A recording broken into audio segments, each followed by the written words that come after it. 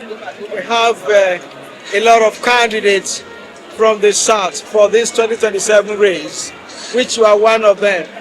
We know that Peter Obi is one of those that young people always like to say, oh, Peter Obi should go in for. We've read your profile today, discovered that you are very high there. How do we contend with this to ensure that you, Peter Obi, and several other persons from the South are coming on for this 2027 race? I'm not running on the basis of North and South. I'm running on the basis of a Nigerian. And democracy is all about options. And I respect all the other aspirants and candidates. But it's important that we give Nigerians an option. Hear from us and decide. We can't narrow the field to North and South. We must go beyond that. Let's reduce the field to being a purely Nigerian field.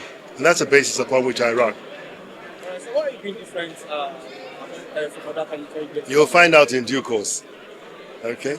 Okay, you said that we're going to stop importation of food into Nigeria to ensure that we have a local production. We must work towards that. We must work towards that. So you can't look.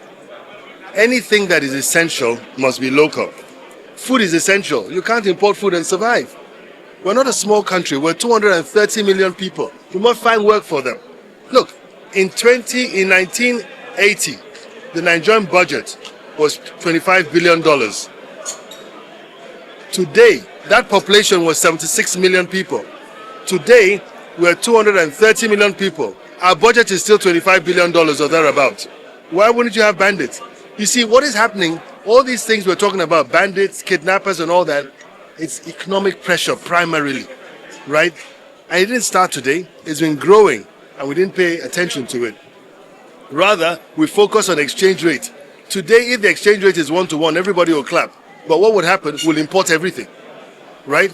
We must create jobs. We must create jobs, each and every one of us. For you to be dependent on another human being for your livelihood is a failure of yourself. So we must equip our people to create jobs. You know, when I talked about free education, each educated mind is an asset, right? You don't ask people to pay fees to become an asset, right? You must give our people the tools to thrive. And that's what this is all about.